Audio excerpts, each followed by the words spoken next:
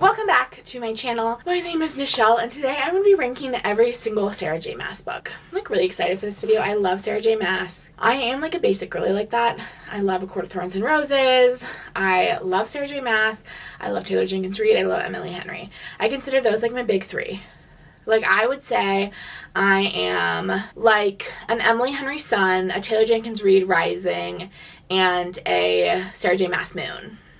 I don't totally know what that means. In real life, I'm a triple Leo, so I don't need to worry about the intricacies of like, what does your moon mean versus what does your rising sign mean? Because I'm a Leo in all the ways that you can be. Just kidding. Like, you have a whole chart.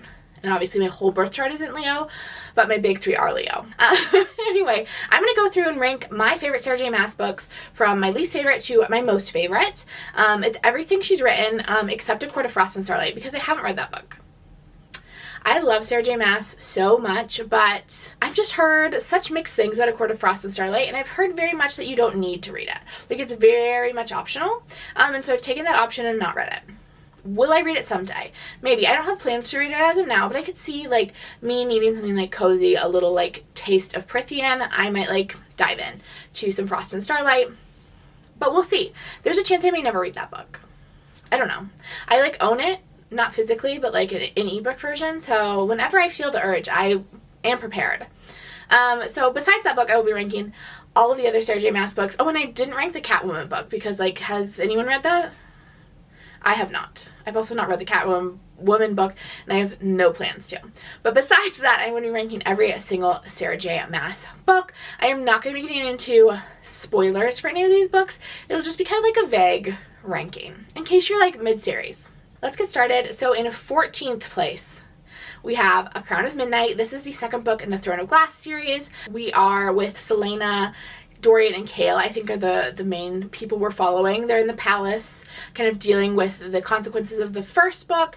This book to me was just like kind of boring. There was a little less happening than in the later books. And these first two books are paired. We don't have a ton of magic yet. We start to get some in the second book. The first book there was like none at all. We already have like met and got to know the characters. Like, I'm already loving Dorian, Kale, and Selena, but it was like middling. Same thing with my number 13 pick, which is Throne of Glass. I ranked this one a little higher just because we're introduced to these characters, and I think getting to know them is like such a fun little treat. Like, when I think back to like Throne of Glass starting and Selena being like met by Kale and Dorian in the prison, like, what a fun time. What a fun time. So if you aren't familiar with the premise of the Throne of Glass, like, the first book starts out, we have Selena Sarthothian. Do I know how to say her name? Absolutely, I do not. And she has been in this like prison camp for like about a year. She's like 17 or 18. I think 17. She's been in this like severe prison camp. We don't really know how she got there, though there is a prequel, which I'll talk about later, which explains how she got there. But she's in this prison camp, and she gets taken out of the prison camp by the prince of the kingdom. His name is Dorian, and he is a gem. And she gets taken out of the prison camp by Dorian and his head of his royal guard, Kale, because she's going to compete in this like assassins competition to see who's going to become the king's assassin. And so she's like Dorian's pick. And so they take her out of prison camp and drive her all the way back to the capital city, where she competes in all of these challenges to try to compete to become like the assassin for the king. It's very fun. Like I said, there's not very much magic in this book. It's a very small world. Like, really, we're not spending much time outside of like the palace itself. But we like meet some fun, interesting characters. We get to really know Selena, Dorian, and Kale, and they're all awesome and excellent. We love them. Then number 12 is House of Sky and Breath. This is the second book in the Crescent City series. Crescent City is my least favorite of the Sarah J. Maas series. It's a urban fantasy, so it is like substantially different than her other series. So one of the big differences is since it's an urban fantasy, there is technology. So there's like magic, and there's like fae and shifters and all sorts of like magical creatures, and they have like magical powers, but like they also have like cell phones and like watch basketball games on TV and like go to university and like have a very similar like society to what we have, plus the addition of magic. This book is really hard to get into. Like, the first third half of this book, I was really just like trying to figure out like the political structures and like kind of breaking down all the characters in this world. It is like pretty complex in a way that I wasn't accustomed to with Sarah J. Maas books. And it's also one of the bigger differences in this series that's they're set up more as mysteries. So like the first book follows a mystery, and then the second book follows a mystery where they're trying to track down some missing people. So two people have gone missing. They're trying to track down these missing people, and also there's this rebel movement that they're like investigating that might be connected to these missing people. But our main character's name is Bryce. She is half fae, half human. She's our main character in the first book as well. We also follow Hunt Athalar, who is this angel, and then Bryce's brother Rune, who's a fae prince. And who else do we have? We have Therian, who's like a merman. Those are kind of like some of the main characters, but we follow lots of other people. It's a very complex world. I'm really excited to see where the series goes. I will be continuing to read it. The second book has a huge cliffhanger ending that is like wild. And I'm excited to see where it goes, but they're not my favorite books on their own. But I also know that for me, Sarah J. Maas series always get better. Like, I always kind of struggle with the first couple books in the series, and then things tend to improve. So I'm like happy to continue because I trust Sarah to take us to a fun, interesting, cool place. Number 11, another first book in a series, A Court of Thorns and Roses. This series follows Feyre, who is a human girl who is taken into the Feylands because there's like, you know, a little confusion where she accidentally kills a Fey because he's a wolf. He's a wolf Fey. She shoots him, and so then Tamlin, this Fey who lives in the Feylands, comes to Feyre's house and is like, you have to come with me because you killed a Fey. And so, like, a life for a life, so now you have to come live with me. So Feyre goes and lives with Tamlin, and it's about their time together in the Feylands. It, like, obviously spirals from there in the later books, but, like, the first book is really about Feyre and Tamlin, and then Tamlin has some stuff going on that he didn't tell Feyre about. Feyre kind of gets sucked into this world, and the last third of this book is the best part by far. There's, like, magic games that she has to compete in. I won't say more than that in case you haven't read it yet. The first 2/3 of the book where she's just like in the Feylands with Tamlin were not my favorite parts. It was just kind of like boring for me. Tamlin is not like a 10 out of 10 book boyfriend for reasons we will come to find out. And so I found the first book kind of like a little bit of a slog to get through.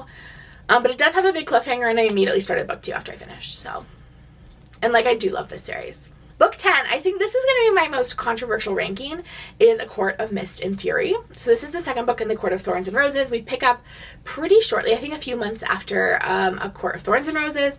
We have A Court of Mist and Fury. This book follows Feyre's relationship with Rhysand, who we met in the last book. So they met in the last book, kind of had a couple encounters, but in this book, they really start to...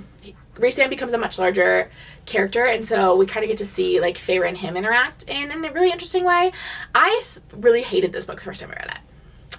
Hated isn't the right word. I gave it like 3.5 stars the first time I read it, and it's 100% my fault. Sarah was like, look over here, and I was like, what's happening back there? You like haven't cleared up what's happening back here. And what was happening back there was Tamlin. Tamlin is less involved in this book. In the whole book, I was worried about what was happening with Tamlin. Was I supposed to be? Absolutely not. Like, clearly no one else was. This is often, like, people's, like, favorite in the series. And I just got, like, a little distracted. On the second read-through, there's something that happens towards the tail end of this book that, like, changes the context for the first and the second book that make these books so much better. I think this book is better on a reread. I think the first 2 books are both better on a reread because there's so many, like, little things that you didn't realize were important then become important. I gave it 4.5 stars. Everything from this on up is, like, 4.5 stars.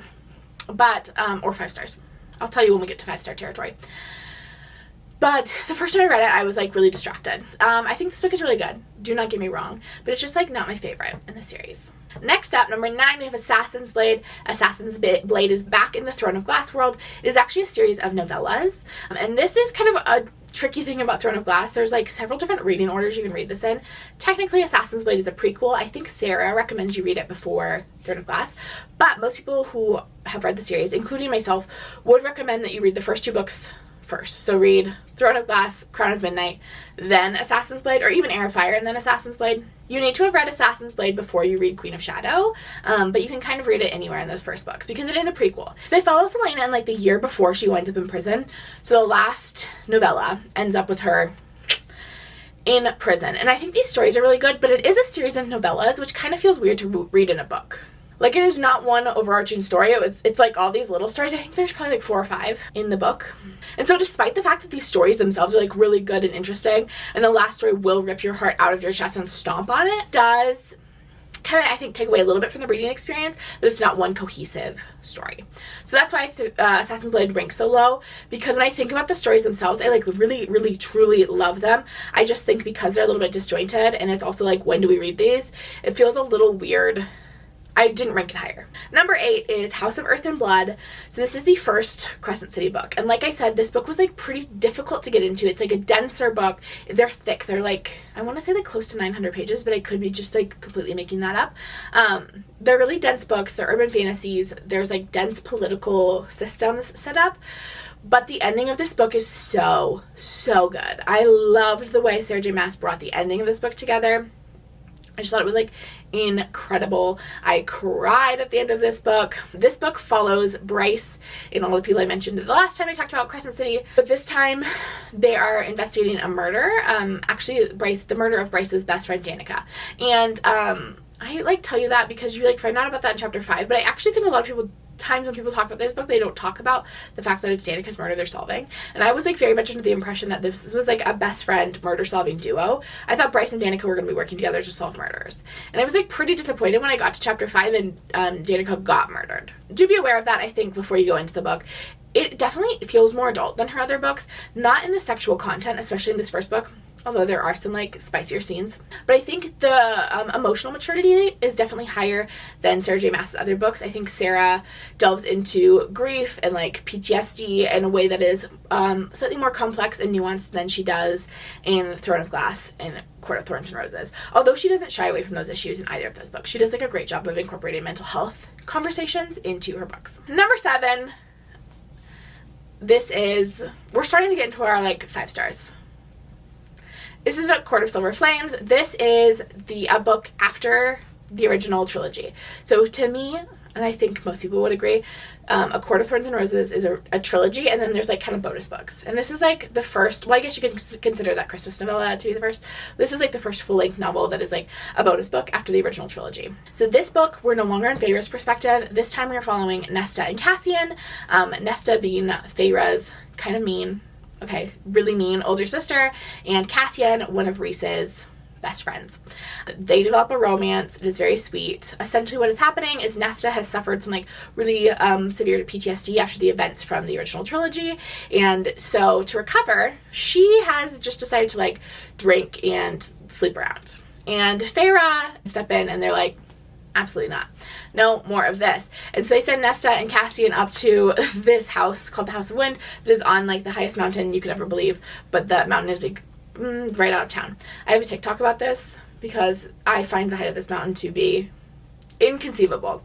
Anyway, they get locked in this tower essentially, and they're like, Nesta's working through her trauma, Cassian's there, and it's like a really sweet romance develops. There's also like another plot about Nesta having to like do some stuff, and some stuff is happening with Feyre, but like the heart of this story is the romance between Nesta and Cassian, and it is so good. This is like a beautiful story. I love Nesta. I love Nesta from the moment we met her. She is like very like prickly. She's kind of mean. A lot of people hate her, but I've always loved her. She's an oldest sister and is like, I love her. And I like loved delving more into her story and spending more time with her. Next, back in Throne of Glassland, we have Heir of Fire. I think this is kind of where we see like the story really starting to shift. So partially because the world starts to kind of expand, we're introduced to several more characters in this book.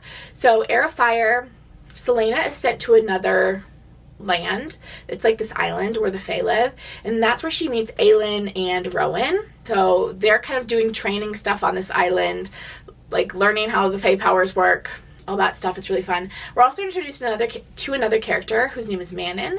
Manon, I think her name is actually pronounced Manon, but I call her Manon. I also call Rhys Rysand. I'm like very flexible with pronunciation. Manon is a witch.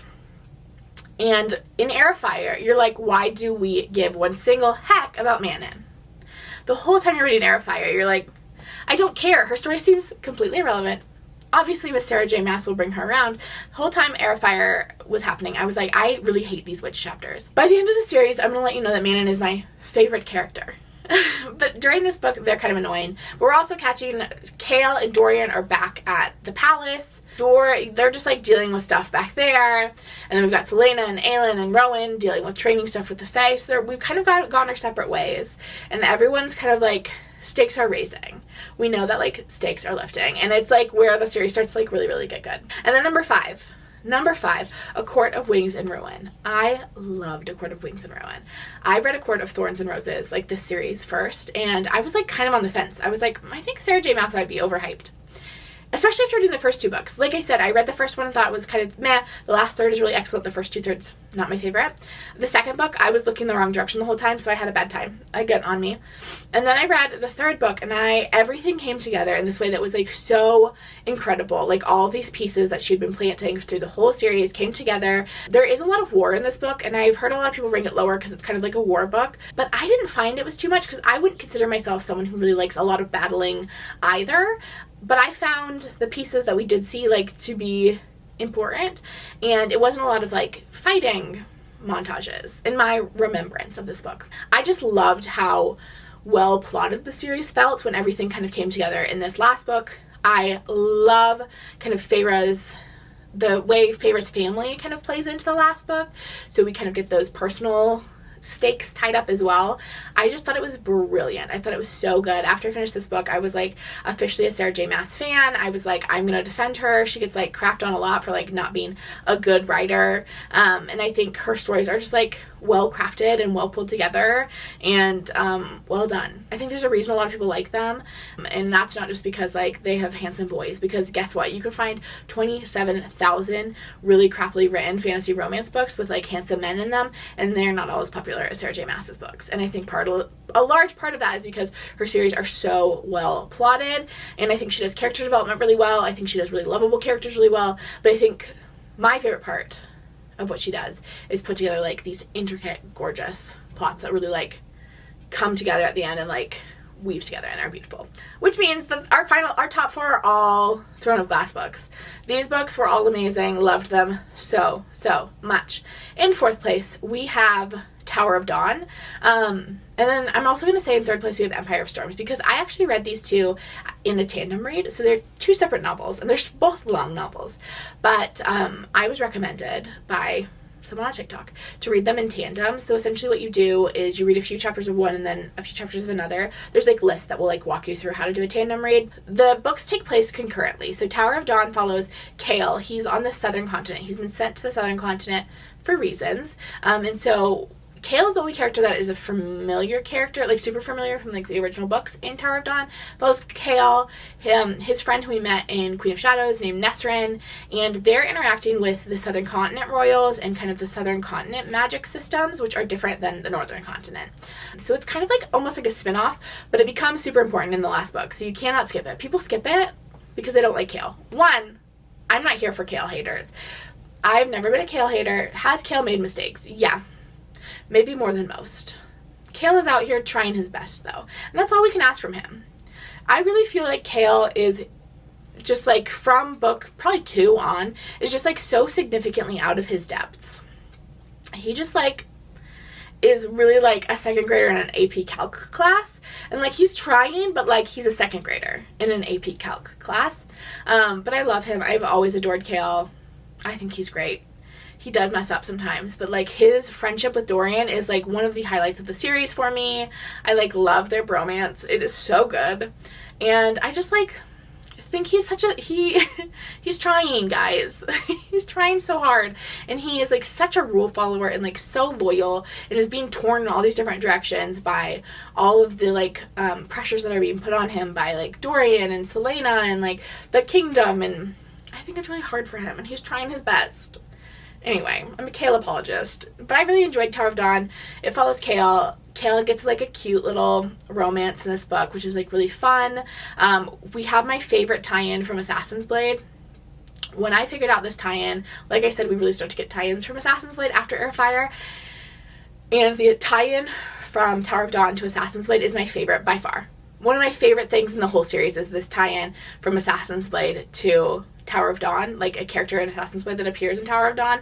It is so good. It made me cry. Oh, it's so brilliant, and it becomes even like more impactful in the next book. But anyway, I love Tower of Dawn. And then Empire of Storms is happening at the same time, but we are following what's happening on the northern continent. So we're following Dorian, we're following Selena, Aelin, Rowan, Manon, and some other characters. We've met like Adian, we've got Lorcan, we've got Illid. I don't know how to say her name at all. We've got just like, you know, a whole host of people that we are following. Lysandra, and we're following them on the northern continent.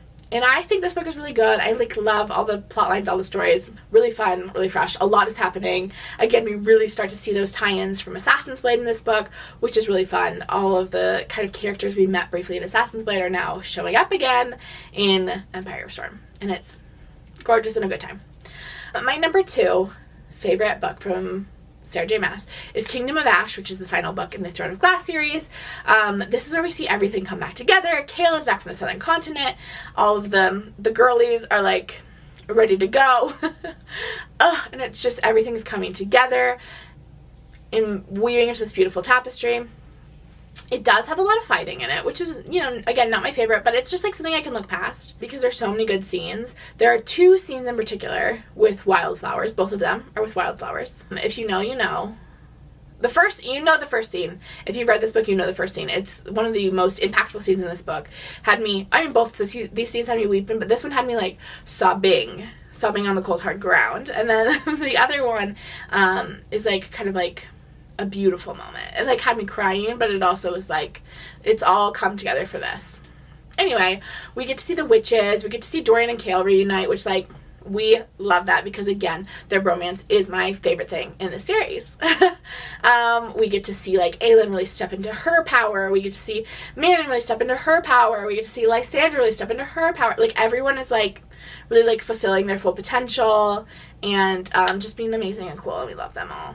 It's such a good conclusion to the series. And then my all-time favorite, Sarah J. Maas book, which is like one of my favorite books of all time. While I was reading this book, I was like, I think this might be the best book I've ever read. Not like literarily, like Sarah J. Maas's prose isn't like above and beyond, but as far as like my enjoyment, A Queen of Shadows was just like one of the most engaging, fun books I'd ever read in my entire life. This book is really about the women of the Throne of Glass world. I mean, I think we kind of get like the fullness of the characters in Queen of Shadows. So we have Aelin, who is like out here living her best life. We love Aelin so much. We have Lysandra. We get to like really get to know Lysandra in this book, and Manon starts to interact with everyone else. And remember in Air of Fire, I was like, what is she doing? Manon starts to interact with the rest of the gang, and we realize why Manon is important. We realize why Elid is important. Elid. We realize we've got Nesrin. We're introduced to Nesrin, who I talked about in Tower of Dawn. And it's just like the girls are out here being queens. And we also have the boys. Like, Kale's doing stuff, Dorian's doing stuff. We love that for them. Dorian has some fun interactions with Manon, which is like cute and fun and fresh and like the best. And we get Rowan. Rowan is like maybe one of my least favorite Sarah J. Maas love interests. But like, he's here. And he's doing it. We get Adian. He's doing stuff too. One of my favorite moments from the entire series, maybe my favorite moment in the entire series, happens in Queen of Shadows with Rowan and Aelin, and they go to a grave. I'm not going to say more than that, but that had me crying. I mean, I will cry thinking about it. I just like loved this book so much. It's so good. I feel like this is what the Throne of Glass series is all about. This is where it gets like excellent. Anyway, that is my ranking of all the Sarah J. Maas books from worst to best. I am a Sarah J. Maas fangirl. I'm unashamed of that. I think she does like such an excellent job of plotting, and I am excited to read what's coming next. I have heard that it's Crescent City 3, which like, thank goodness. We are also supposedly supposed to be getting an Elaine Court of Thorns and Roses book, which like I'm excited for. Elaine is the boring sister. So I'm excited to see what happens with Sarah J. Maas to like spice that up. I've heard some like fun theories on TikTok where people are like hoping that she'll be like evil, like Elaine has been evil this whole time, or like, you know, something happened to her in like the last book or the second to last book that made her evil, and I would die for that. I think that would be really fun if the boring sister was evil. What is your favorite Sarah J. Maas book? Have you read Sarah J. Maas? Have you read all of it? Have you read Throne of Glass? That's the real question. I think people will read A Court of Thorns and Roses, like that's pretty common, but like you need to read Throne of Glass. If you like fantasy at all, like, you need to read Throne of Glass. I read that book and it changed my life. I thought I wasn't a high fantasy girly until I read Throne of Glass. And I said, maybe I love high fantasy. Have I read any other major high fantasy series after that? No. No, I have not. But, like, Throne of Glass really opened the door. Will we walk through it? I don't know. But now it's open. Subscribe if you are looking for more content. I think over the course of this year, I'm hoping to do like a reread, like maybe one Sarah J. Maas book a month, because I like really want to, one, re-experience them. I have not read the Throne of Glass series again, and I would love to because they're so good. And two, like, we've heard rumors that like there might be some like crossover multiverse things happening, which would be excellent. And I want to be prepared. I want to be prepared if, you know, things from old books start appearing in new books. Anyway, I will talk to you guys soon. Have a good rest of your day. Bye.